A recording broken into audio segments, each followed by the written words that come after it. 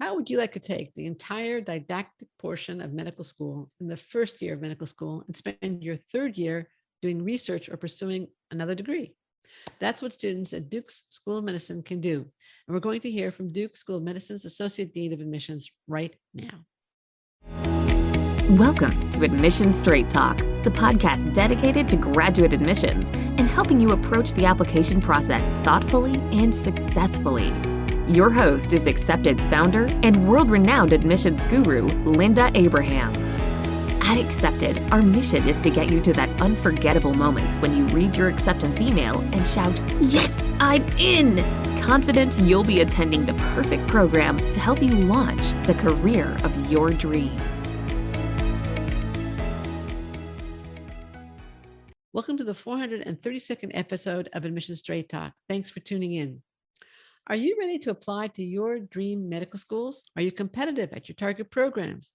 Accepted's Med School Admissions Calculator can give you a quick reality check. Just go to accepted.com/medquiz, complete the quiz, and you'll not only get an assessment, but tips on how to improve your chances of acceptance. Plus, it's all free. Again, use the calculator at accepted.com/medquiz to obtain your free assessment. Our guest today is Dr. Linton Yee, Associate Dean for Admissions at Duke University School of Medicine. Dr. Yee earned his bachelor's and MD at the University of Hawaii. He then did his residency in pediatrics at Harbor UCLA Medical Center and a fellowship in pediatric emergency medicine at Children's Hospital in Los Angeles. From 1996 to 2007, he practiced and taught pediatric emergency medicine in Hawaii and California before taking a position at Duke University as an associate professor in the Department of Pediatrics, Division of Emergency Medicine, and a pediatric emergency room physician. He is also Duke Medical's Associate Dean for Admissions, and it's in that capacity that I have invited him back to Admission Straight Talk for a show devoted, again, to Duke Medical. Dr. Yee, welcome to Admissions Straight Talk. Well, thank you. We appreciate the invite. Dr. Yee, can you give an overview of Duke Medical's highly distinctive curriculum? Right. Yeah, thank you. Yeah, so we've had this curriculum in place for a number of years. And the goal is to produce leaders in medicine, but also to help the applicant and the student eventually understand the link between clinical medicine and research and how both of these things help to promote, advance, and improve medical practice. Our curriculum is changing again, and we're putting the new elements right now in terms of what we call a patient first. And I think all the applicants and med students out there have to understand that that the patient is the center of your universe, and everything you do has to be done to improve their well-being. And so we're shifting a lot of our thinking now, and actually using immersion of the med students into the first year from like day one. So you're seeing patients from day one. And we're then integrating a lot of the biomedical concepts with that. And so, yeah, you'll have early clinical exposure. You'll have a lot of the foundations within that first year. And so for us, that first year is still your basic science year, but with a lot of clinical elements integrated in. The second year is still your clinical year. And then the third year is where we actually have you do research or get an advanced degree. And that's where you get a chance to, choose your own direction and get to pursue your passions. And if you think about it, there are very limited opportunities for you to do that within, all the med schools within the United States. And so, this is really a chance to do what you want to do and to, utilize everything that you've done in the past to pursue what you're, passionate about. And so that's kind of how things are set up over here. It's fascinating. Now, two questions come to mind. If you're having all this early clinical exposure in the first year and also doing the entire didactic portion, which many medical schools take 2 years to do in 1 year, how do you cram it all in? I mean, do they end up starting a little earlier or finishing a little later? I mean, no, I think we try to integrate everything well. Okay. And I think you're able to process all of that information if you can link everything together. I mean, if you see it, if you can link, tachycardia, okay, hypotension, or, link it, what's cardiac output, heart rate times stroke volume, right? But then you kind of see, well, someone's got tachycardia, their stroke volume is, diminished. I mean, how do you adjust this and how do you compensate for, all these sort of things in terms of, using a basic formula like that. And so I think by integrating all all these elements early on, you can kind of see how everything works together. And I think back when I was in med school, that was part of the frustration of things. It's like you would just sit there in class and read about things, but you would never actually see it. But I think once here you get a chance to actually see that in actually working, and then I think you have a chance to you learn that better and you process it better, and so it becomes in essence much easier for you to retain that sort of information and integrate it to other concepts. Right. It becomes important to you, Right. as opposed to just something academic. Exactly. Now, how has Duke Medical adapted the med school experience in light of COVID restrictions? And what do you think is going to stick around and become permanent as a result of those adaptations? Right. Yeah. COVID led to some significant changes. All the students had to be pulled off their clinical rotations. And so the way they did it last year is, they made all the didactic part happen when all the students were still limited in their ability to go in the clinical routes. So they did that, and then they were able to come back onto into the clinical realm, after things got, a little bit better. And so that's how that kind of happened. But I think now we're still trying to go back to the way things were, and but everyone's got to mask up. The students, can't see the COVID positive, patients right now. Or unless that's changed recently, but in the past had, and COVID's like almost everybody's testing positive now, as opposed to everyone was testing negative of a handful of months ago. Right. And so this is almost reminiscent right now of what it was in the late summer, early fall, at least for us. I mean, I think for other states, it's hasn't gone as well. Well, as it happens today, I attended a funeral on Zoom for somebody who passed away from COVID in Maryland. And there was an event that I was supposed to attend this evening in Los Angeles, and it was canceled because some of the parties had COVID exposure. They were all healthy, fortunately, but so it's really everywhere. Let's turn to medical school admission. Your secondary application is one of the more thorough and demanding applications. What are you trying to glean from this very comprehensive secondary, other than that the applicant is really interested in Duke, or they wouldn't bother to complete the secondary? Right. Yeah. So there's a number of different elements behind this. I mean, one, it's, the simplest one is a self-screen. If you're willing to put the time into this, if you're interested in Duke that much, you'll fill out the essay. But I think probably the more important part is, I think all our applicants really have to kind of reflect and understand why they're going into medicine. And the way the questions are structured, it's to really get you to examine your reasonings for this, because, this is going to be the greatest undertaking you've ever done. And so you have to be prepared for this and hopefully truly understand, why you're embarking on this, lifelong journey of service to others and committing yourself to doing your job in, the highest fashion possible. And so, yeah, it's primarily to get the students to understand, because we feel that if the student understands why they're going into medicine, it makes them a better applicant. And it's not necessarily just for us per se, at Duke, but it's for every school that they would be a better applicant, because it's just you got to know what you're getting into and why, and you have to be going into this for the right reasons, and your vision has to be good, and in terms of how you see yourself working for others in the future, and so that's why things are structured the way they are. It's a very thorough and comprehensive secondary, and just as a related point to that, we were discussing internally, should somebody start their applications with an easy secondary, a shorter secondary, or with a long comprehensive secondary? And I was saying, start with a long one, because it'll make you think. And that, to your point, that this will make you a better medical school applicant. And then you'll have that material to draw from, not to copy and paste, but to draw from and adapt to later applications. And the consultant I was speaking with agreed with me 100%.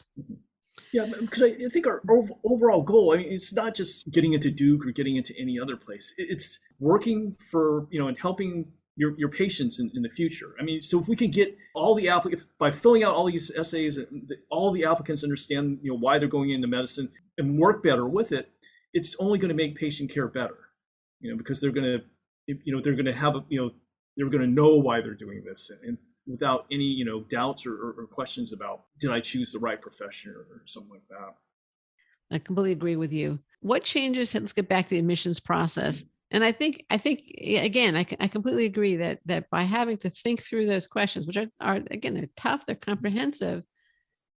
You are going to be a better physician because you're going to be more aware and just have thought through why you want to do this. I don't think any other schools in the United States do this. There's one other that has a very comprehensive and lengthy Okay. secondary that comes right away to mind, but most of them are shorter and less comprehensive. I think you're right, though, that there might be a service. And we were talking a little bit before, and you mentioned that, that your secondary, while it does act as a screen, there's no question that it'll act as a screen. You're still having an increase, a very healthy increase in completed secondary applications. And we're recording this interview on August 5th. It'll air later, but you already have a lot of completed secondary applications, right? Correct. Yep. Mm-hmm. We did this podcast, 3 years ago. At this time, there were 4,330 applications from AMCAS. Right now, there are 6,267 applications. But the even more important part here is that at that time, we had 1,100 completed Duke secondaries. Now we're at 2,155. And this is only 20 days into our cycle. That's almost double. Mm-hmm. Right. Yep. That's correct. Wow. Whoa. Okay. I'm just making a couple of notes. That's amazing.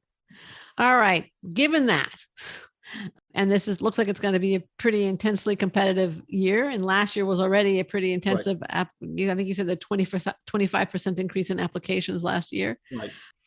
What process does an application go through when it's marked completed? When you have a completed secondary, what happens to it? Does it go into a black hole? So it's a holistic review. We look through everything. So there's no cutoffs, nothing. So we're going to go through the entire application. And what we primarily do, though, we focus on the essays and the experiences, and that's going to be the key determinant there. And so again, you've got to put something valuable into the essays, and you have to have relevant experiences, primarily, clinical research, community involvement, investment in others is where the key components of your application is that we're going to be, looking for. And when an application is reviewed, is it reviewed by 3 people? Do you discuss applications in committee? What's the process? Yeah. So initially it's reviewed by one person. And then after that, it's reviewed at another level. And then after that, another level. And so, there are a number of people who are going to go through every one of those applications. So even an application that, let's say, the first person looks at it and says, no way this person is getting in, even that application is going to get reviewed by somebody else? That's correct. Yes. Okay. Yeah. And the way, we have our website structured, for the applications, you have to click on it, to say that, you've reviewed it. So we know, when it's been done. Okay. And let's say it's reviewed by 3 people, and I don't know if it's 2 out of 3 or all 3 have to say, we want to interview this person. I guess then they're invited to interview. It would have to be, everyone would have to be in agreement to interview. Okay. And they're invited to interview. And what can someone invited to interview at Duke Medical expect from the interview day, week, given that everything is virtual this year? Yeah. So this year, last year was virtual, and fortunately, our team here is fantastic. And it took like 6 months to get of preparation to get it down, but we actually were able to, get everything so it worked, in an efficient manner. Yeah. So the way it's structured is, we can only do, in the first year, we can only do 10 people a day just because we had to, rotate people through rooms. I think now we're probably going to be able to do 11 people per day. And then on that Sunday evening of the interview, we always have all the people interviewing for that week get together. And you're grouped within your interview day, so at least you have the opportunity to meet the other people that you're interviewing with. And then during that Sunday evening, our students pretty much run that evening, and so you're going to they'll discuss what it's like to live in Durham, what the Duke curriculum has to offer, and answer any questions that the applicants have. And also, we used to have the research and leadership elements into the actual interview day, but we found that was kind of distracting the applicants from the actual interview process. So we shifted them over to that Sunday. So so now when the interviewees come for their actual interview, it's only, you're only there for your MMI stations. And so, so the Sunday's got everything together, and we try and keep it down to like, just a couple hours. So, it's not, lasting the entire evening. And then when they're actually here for the interview, they're roughly here for, they need to kind of check in like around 12:30ish just to make sure the connections are good and everything. And then hopefully, we'll have them out here roughly around 3:15ish or so. Okay. And I understand you're still doing the MMIs, right? Even That's correct. Virtually. Yes. And how do the virtual MMIs work? Okay. Yeah. So we have 5 stations in which there's like a scenario. And so, that's fairly similar to what we had been doing before when we were in person. And then we have the team station, which, we had to change. We can't use, what we had used before. So now it's more, things that are 2-dimensional, or without giving out too much more information. But yeah, so it's things that, both of the applicants can do via Zoom. And I think, our team here was really creative in figuring out how to do that. And then we still have the 2 traditional interview stations, which we had in the past. And then that would be the 2 traditional ones would just be one-on-one. Right. Within just the same time period of the actual MMI station. So roughly about 10 minutes. And then this year we created something new in which we had a video station in which the applicants would need to observe the interaction of the 2 medical students and kind of like assess what was going on, and then offer a solution and an observations as to how they might remedy that situation. Okay. And if travel, we hope that at some point in time, COVID will be in the rearview mirror and travel restrictions will ease.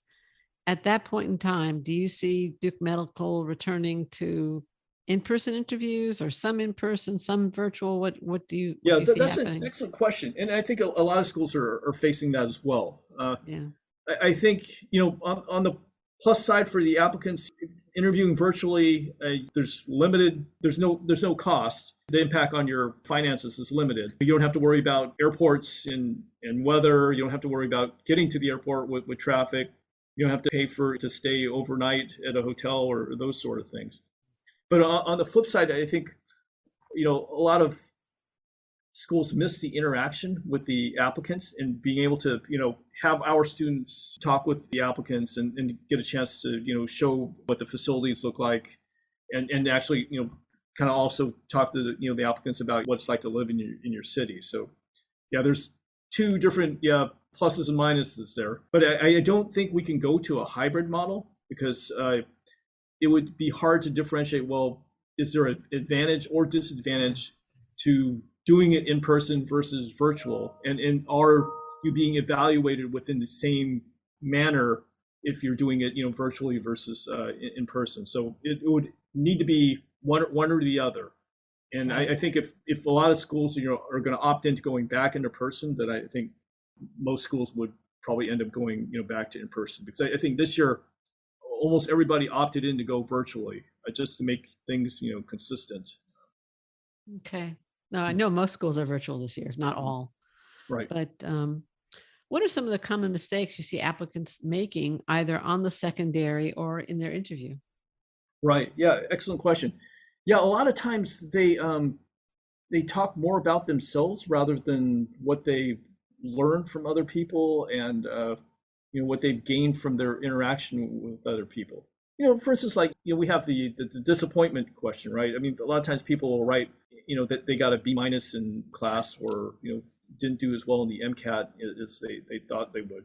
But I would think that there's maybe more that they could have talked about in terms of that sort of things. And first, we like to look for patient interactions. And I think I may have, talked about this at 3 years ago and stuff, but a lot of this, like some of the better essays have been, for instance, like in hospice, what the student actually learned from the patient that they were paired with about going through, the latter stages of life and exiting gracefully, and how they got a chance to really appreciate the power of the human spirit and those sort of things.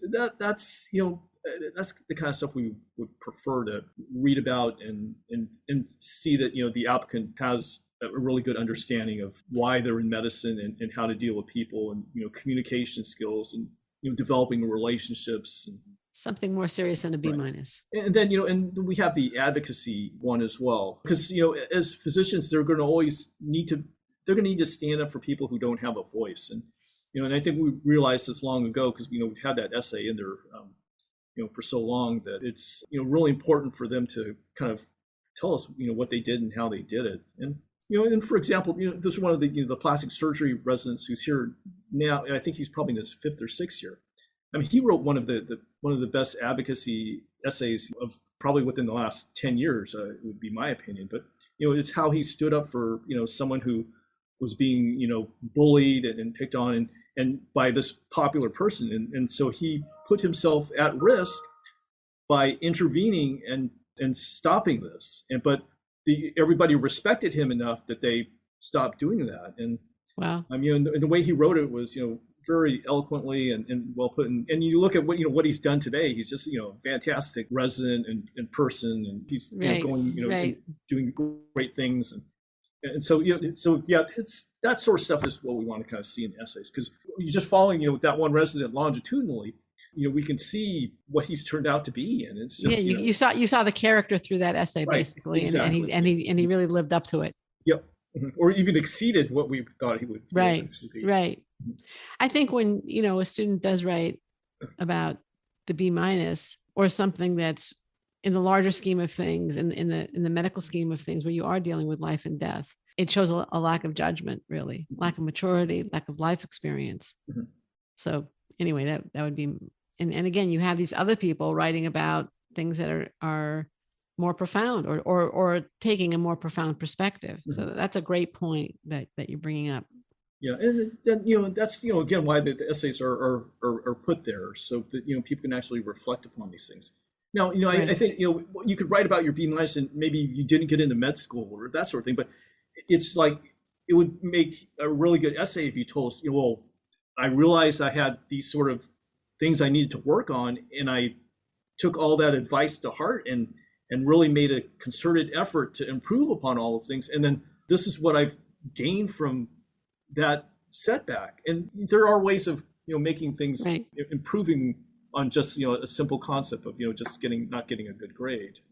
Right, absolutely.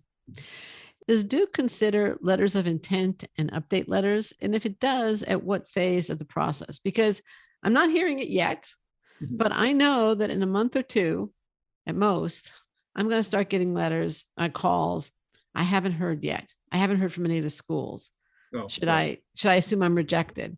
Mm-hmm. Should I send in a letter of update? If I'm talking to a Duke applicant, what would you say? Yeah, so the update letters are okay.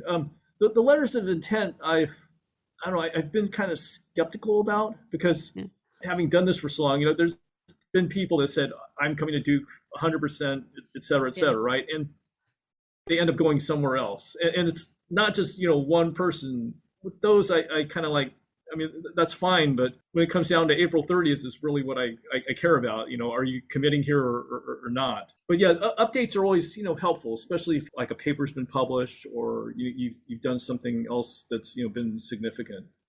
Okay, great. That's good to know. How do you look at candidates who have faced mental health issues in the past? Right. Yeah. Great question. And I think also, by the same token, a lot of candidates have been more open about discussing this as well. Yeah. And so, put a high emphasis on, student well-being. And I think by addressing this in the essays, it actually, I think, would help the application, because, you're showing that you understand what you did and you actually sought out help. Because I think a lot of times people aren't seeking out help, and then it just becomes worse. But this shows that, you sought help and you were able to recover for it. So, it's kind of like, grit, resilience, being able to take your problem and face it and move on from it. Mental health, emotional aspect, is really important in terms of our student body. And so if people have faced that problem and then have, grown from it and recovered from it, I think it's totally fine. All right. Different kind of issue that sometimes really concerns applicants is, what if they had an academic infraction or even misdemeanors on a criminal record or some kind of criminal record. Right. Does that automatically sync their application at Duke? No, not necessarily, but it would be what you again learn from it. It's like, for instance, some people would be cited for, I mean, it's, a lot of times it's the alcohol issue. Right. Right. And then, but you see repetitive offenses for it. Then it's like, well, did you learn from the first time? But then you Right. see someone maybe who had an alcohol issue, but then they did something with drunk driving and helping reduce alcoholism abuse on campus. Then that's a different, sort of, concept there. Right. Very Yeah. different. And then They- the academic issues, again, it's what you gain from it and how you explain it. I think a lot of times been, I guess, some passages that they got cited for incorrectly, and I'm not all that familiar with the undergraduate system as to how they find these, but it's again what you kind of gain from that, and did you recognize that you made an error, and did you make amends for that error, and have you grown and matured from that? Right. And not made similar errors since. Correct. Right. Yep. Right. Now, this, as I think I mentioned a minute ago, this show is scheduled to air in late August. It's now August 5th. Would you advise applicants who have not submitted their primary application by late August to use the next year to strengthen their application and apply in 2022? Or do they still have a shot? Yeah, I would think that they still have an opportunity to be interviewed here. You got to get things in earlier rather than later. I mean, if you're submitting your secondary on November 15th, we may only have, speculating, maybe there's only like 25 interview spots open on November 15th.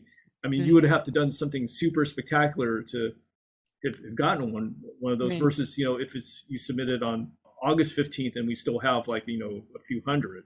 Right. Get everything in as early as possible. And somewhat related to these questions, when should applicants who have submitted their secondaries and not heard from you, secondary to Duke specifically, assume that they're not going to be invited to interview? I mean, the site says that qualified applicants are invited to interview starting late August and all the way into early January.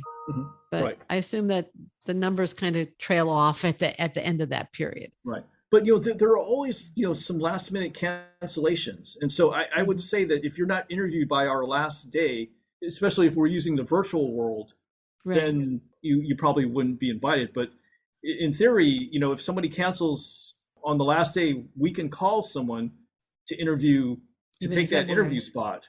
Because Yeah. we're not involving you with the plane fare and all that sort of thing. It'd be a little bit more problematic, if someone canceled on the last day, and we're asking you to fly from California to here. Probably the flight's going to be like over $1,000 Yeah, or yeah, more yeah. for Yeah. a chance that may or may not happen. We don't necessarily want to put the applicant under that sort of Stress. conditions. Yeah. Yeah. So yeah, I would say that if you don't hear from us by the last day we're scheduled to interview, then we probably wouldn't be interviewed. But if it's the day before, then you could still be contacted. Okay, great. Good to know. Now, on a forward-looking note, what advice would you give medical school wannabes planning to apply to Duke in 2022 for a 2023 matriculation? In other words, they're not applying this cycle. They're Mhm. applying next cycle, or maybe even the cycle after. Right. Yeah. So it's a lot of it. What we talked about in the previous one. They always broaden your horizons, become invested in your community. Get as much clinical experience as possible. Make an impact beyond yourselves. I mean, that's probably the most important part there. I mean, show that you can work with people, that you like people, you can develop relationships. And always kind of remember, there's a unique story behind each patient, and it's your goal as a student to learn about that story and become invested in it, and show that person that you truly care about what they do and who they are, and Right. And when my mother-in-law was ill, the nurses asked us to bring in some pictures of her with the kids and grandkids, Mhm. so that they could kind of see her in a healthy time. Right. And we did, but I think that kind of gets to what you were talking about. They wanted to see her not just as the sick patient in front of them, but Mhm. as a mother and a grandmother, and Mhm. she was a teacher also, Mhm. and kind of at least get some impression of her as a healthy, vital human being. And I think that's part of what you're talking about. Right, exactly. Yeah, I mean, because a lot of it is it's the beauty of working with people and understanding people and getting to know people. It's again relationships, communication, bonding with the people that you're taking care of, and I think your patients will become invested in what you have to say to them if they know that you're committed to 100% to making sure that whatever conditions they're facing, you're going to try and remedy. Right. Is there any question you would have liked me to ask you? I think we're probably okay. Yeah, I think. Okay. Something you want to add about Duke Medical? Um, well, I think we've always tried to improve the well-being of all the people that we take care of, and we've tried to address the increasing access to care, fix inequities within the system, trying to make patient care better. And we're always going to need to improve upon that. But I think Duke has really tried to make tremendous strides in making this happen on a regular basis. I think for the applicants and for med students, you just take things day by day. I mean, this is a long haul that you're going through here, and if you just kind of look at if you're a med student, just make it so that you're a better med student day by day. And eventually after 365 days, you'll see in 1 year it's like, wow, I am a better med student than I was when I first started. And probably the same for the applicants. I mean, just make it a simple task that each day you're going to become a better med school applicant. Just do something, but each day you're going to do something to make your application better, and it can only help the people that you're working with and the people that are going to be taken care of. You know what? That's a wonderful note to end on. So, Okay. Dr. Yee, I want to thank you so much. This has been a pleasure as it was 3 years ago. Thank you so much for joining me today. We're going to include links in the show notes at accepted.com/432 to Duke School of Medicine, as well as to other resources that may be helpful to you listeners. Listener, thank you too for joining us for our 432nd episode. If you find the show worthwhile, please subscribe. Make sure you don't miss any future shows, be they with deans, admissions directors, professors, current students, test prep pros, or alumni doing great things. And final quick reminder, don't miss the med school admissions quiz. Find out if you are really ready to apply and competitive at your target schools. Take the quiz at accepted.com/medquiz today. This is Admissions Straight Talk, produced by Accepted, and I'm your host, Linda Abraham. I'll talk to you again next week.